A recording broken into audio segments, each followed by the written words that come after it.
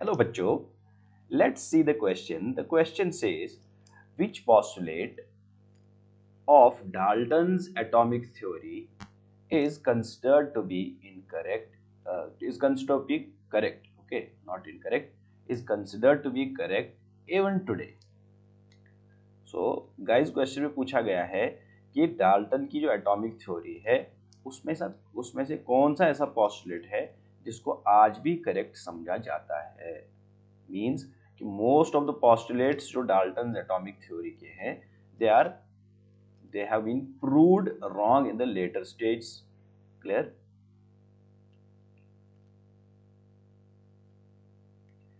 तो इस क्वेश्चन का जो की कॉन्सेप्ट हम कह सकते हैं that is the Dalton atomic theory.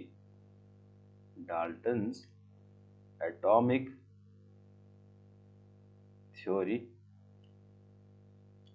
ये एक थ्योरी है जो बेसिकली एक फंडामेंटल थ्योरी डाल्टन ने 1808 में पुट फॉरवर्ड की थी। ओके, तो this atomic theory was a breakthrough at that time, बहुत बड़ा कारनामा था उस वक्त में। लेकिन लेटर स्टेज में जब डिफरेंट डिस्कवरीज हुई, एटम्स को बहुत ज़्यादा समझा गया, मैटर को बहुत ज़्यादा समझा गया, तो ये देखा गया कि अक्सर जो डाल्टन एटॉमिक थ्योरी की मोस्ट ऑफ द पोस्टुलेट्स हैं they have been proved wrong. लेकिन इसका मतलब ये नहीं है कि ये काम उन्होंने किया, कुछ भी नहीं किया था। रादर ये this is the basis of modern chemistry, basis of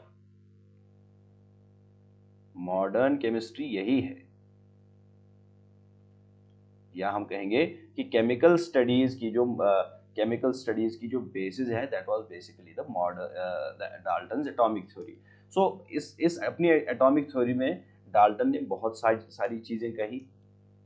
तो पहला पॉइंट उन्हें कहा था कि एटम्स जो होते हैं ये smallest indivisible particles, fundamental particles matter के होते हैं। Basically yes, they are the fundamental particles. Later इसको प्रूव किया गया कि वो इंडिविजिबल नहीं है। Clear guys?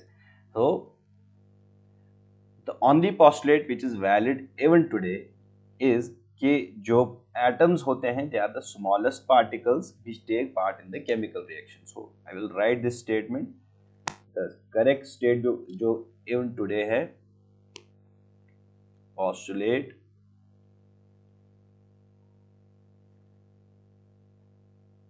which is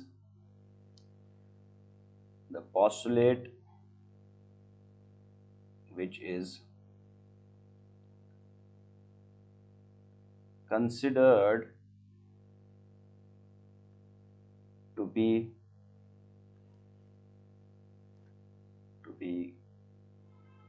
correct even today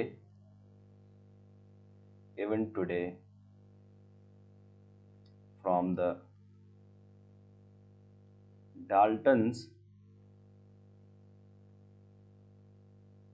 atomic theory is,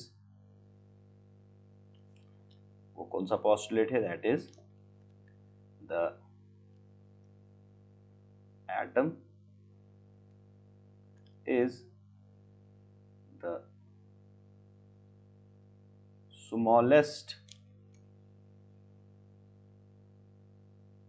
particle that takes part in a chemical reaction. Clear guys? So this is the correct statement, means which is even followed today.